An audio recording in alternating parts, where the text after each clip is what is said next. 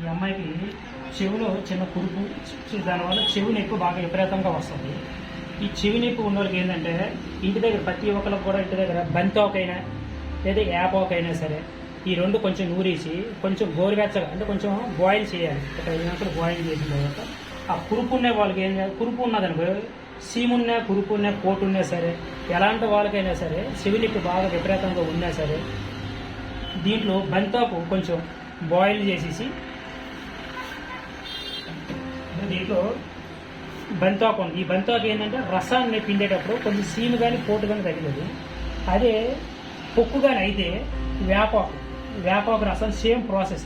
ఆకుని తీసుకొని కొంచెం ముద్దలా నూరుకొని వాటర్లో వేసేసి బాయిల్ చేసేసి ఈ విధంగా ఒక 2-3 డ్రాప్లు వేసుకోవాలి. అదే చెవులోనికి ఏదైనా పురుగు అయినా సరే లేకపోతే ఇంకా వేరైనా పురుగు ఇలాంటి రాన వస్తువులు ఏదైనా జీవులు కానీ కీటకాలు కానీ ఏదైనా దూరినట్లయితే దాంట్లో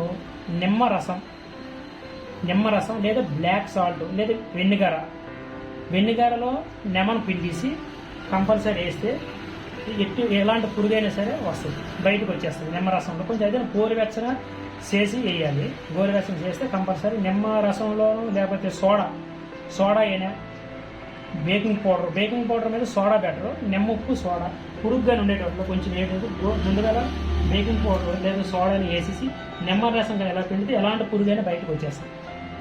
ఇప్పుడు ప్రస్తుతానికైతే ఈ అమ్మాయికి చెవు పోటు నొప్పి, దీంట్లో నేను బంతోకు వేసాను. ఈ బంతోకు మిశ్రాన్ని నేను రసాన్ని పెడతాను. ఇది మీరు ఇంటి దగ్గర ఏదో ఉంటే ట్రై చేయండి. ఏదైనా డౌట్ ఉంటే స్క్రీన్ మీద నెంబర్ ఉంటుంది, నాకు ఫోన్ చేయండి.